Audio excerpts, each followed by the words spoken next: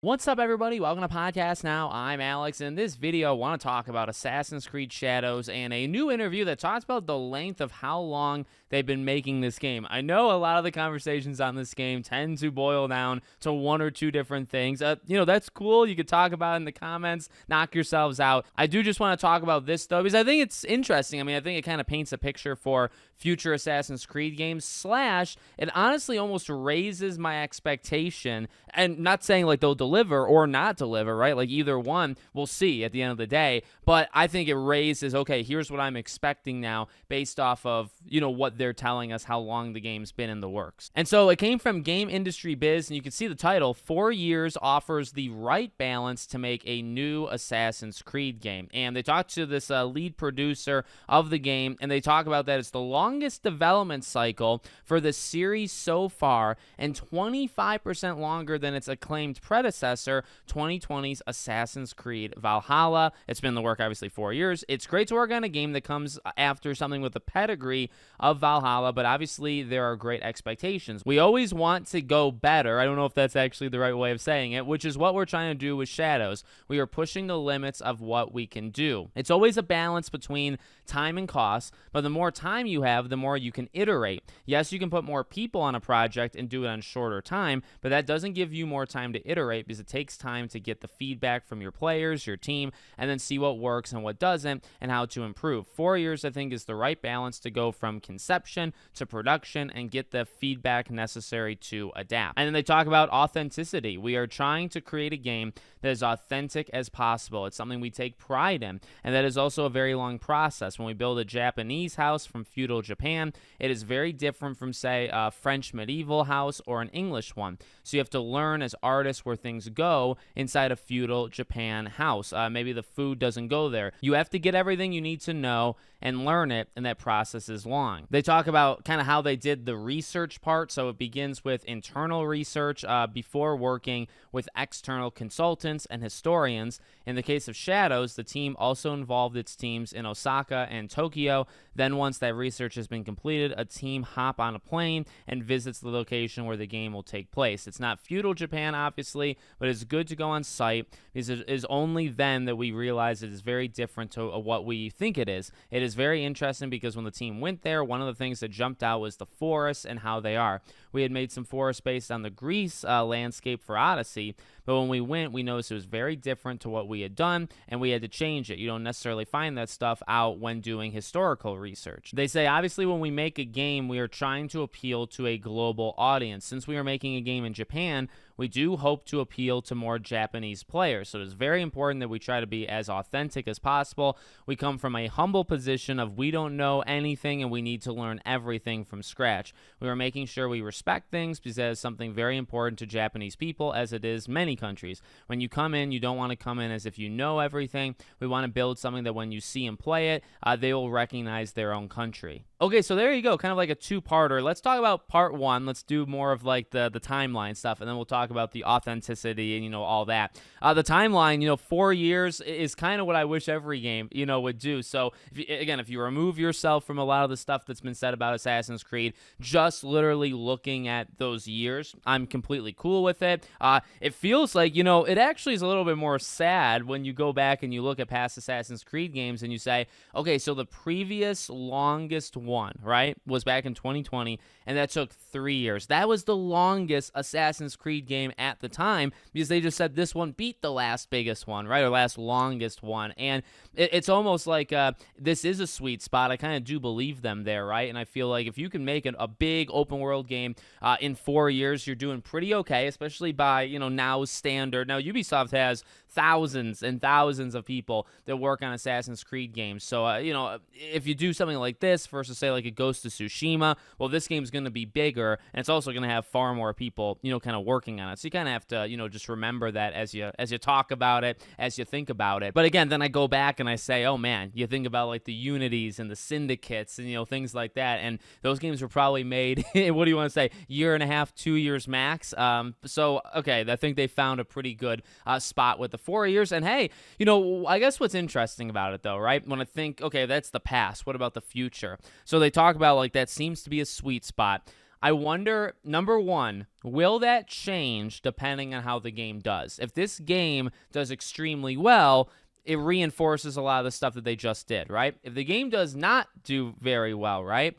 Not only, I mean, again, you can talk about the historical, like accuracy and things like that, but just in terms of like how they made it, right? Because they might be saying, okay, well, 4 years is longer than 3. We need, it doesn't matter, obviously. Like putting an extra year's work obviously doesn't make a difference, considering what the reception was for Shadows. So maybe we have to go back to like 2 or 3 years, right? And again, although there's been, there is a lot of drama, but I do think 4 years is enough time. Now, and just really quick, in terms of my expectations, when I read that, especially somebody like me, talk, right? When I see it, I do raise the bar because it's like, okay, you are telling me you're having more time. In fact, they say the word iterate, and that's a very scary word, I think, to put out there because, again, that's a Ubisoft-ism, right? That's something that people kind of pick apart in a Ubisoft game is, do they iterate, and how close is one game versus the last game? So, look, I mean, if we want to take them at their word, right, you just read that word iterate,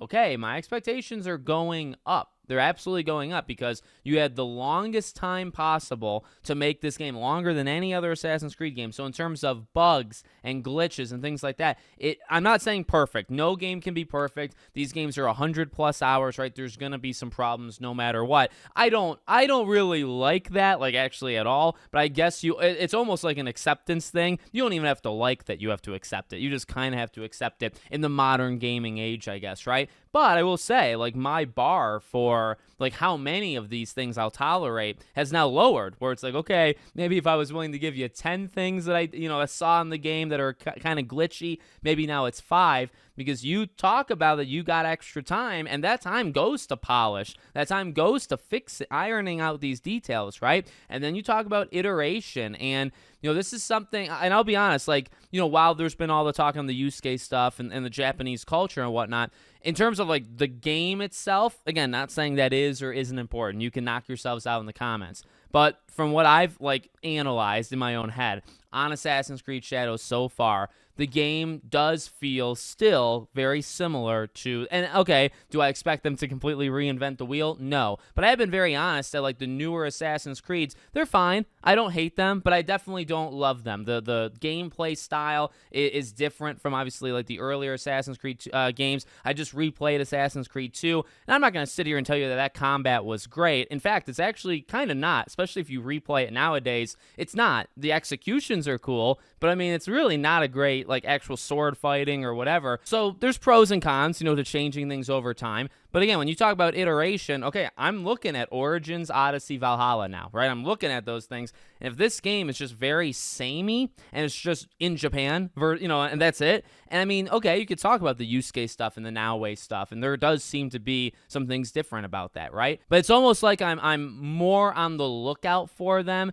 because you've now brought it to my attention. Not saying we should necessarily be complacent, if they didn't say anything. I'm not saying, like, we have to be complacent with, well, this is just going to be like the last Assassin's Creed game, and that's cool. They didn't bring notice to it, right? They didn't bring attention to it, but they did. And so I do think that actually means something.